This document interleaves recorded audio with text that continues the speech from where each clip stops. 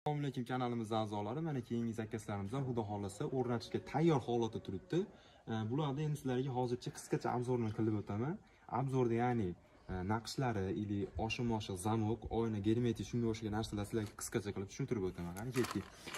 Oshiq-moshiq zamokka keladigan bo'lsa, bu zamogi yaxshi sifatli zamokdan qo'yilgan. Hozircha kundalik sifat nima desa bo'ladi?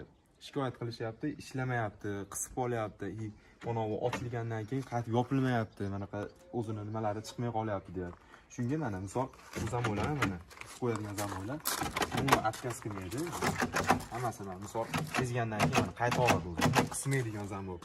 Shunga garantiyasi bor bu zamoklarni bizga firma tomonidan shunga garantiyasi berilgan. Oshiq-moshiqlari mana sifatli oshiq-moshiqlardan qo'yilgan. Bitta, ikkita, uchtadan qo'yib berganmiz. Ichlarida rezinkalari bilan hatto qo'yib berganmiz. Ochib,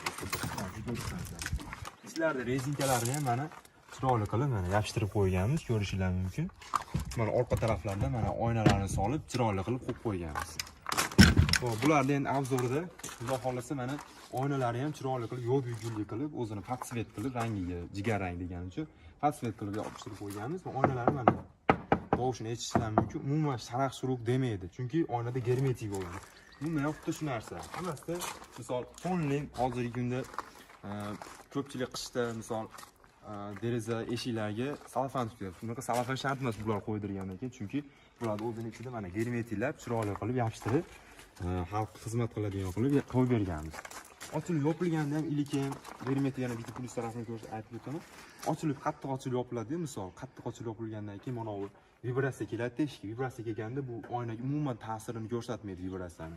Vibratsiyani o'zi eshik yutib yo'q bo'ladi. Oynasi mana bu derazasi bu. Bular derazasi fasonga bir xil qilib, mana shekalari ham hamma yo'g'i bir xil qilib qo'yganmiz.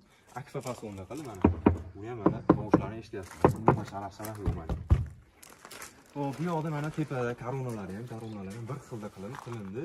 Razmerlarga qarab, klientlarimiz ra'yiga qarab xohlagan fason, xohlagan dizaynda yasab beramiz. Vodiy bo'ylab o'rnatib, olib borib, ustonatkamiz hamma yo'g'i ichida. Oshiq-moshiq zamoklar eshikni misol polni tepadan pastgacha qanday tarzda zakaz bersanglar, xuddi shu tarzda olib borib o'rnatib beramiz.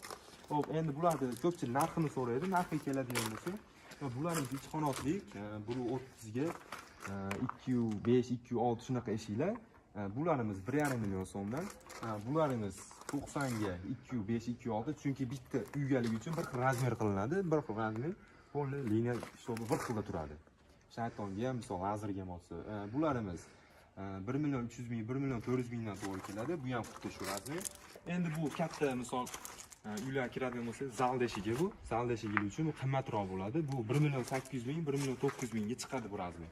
Kvadratlarning polni mana hamma eshikda 650 ming so'm, ashaqaga hisoblab olasiz, shunaqa fasonda bo'ladigan bo'lsa. Agar yana oq nimalar variantlarimiz ham, oq variantlarimiz 850 ming so'mdan bu yog'i boshqana oladi. O'zingizlarda misol hasham dizaynlar qo'shtirsanglar, shunga qarab biz o'zimiz davlatda qila olamiz.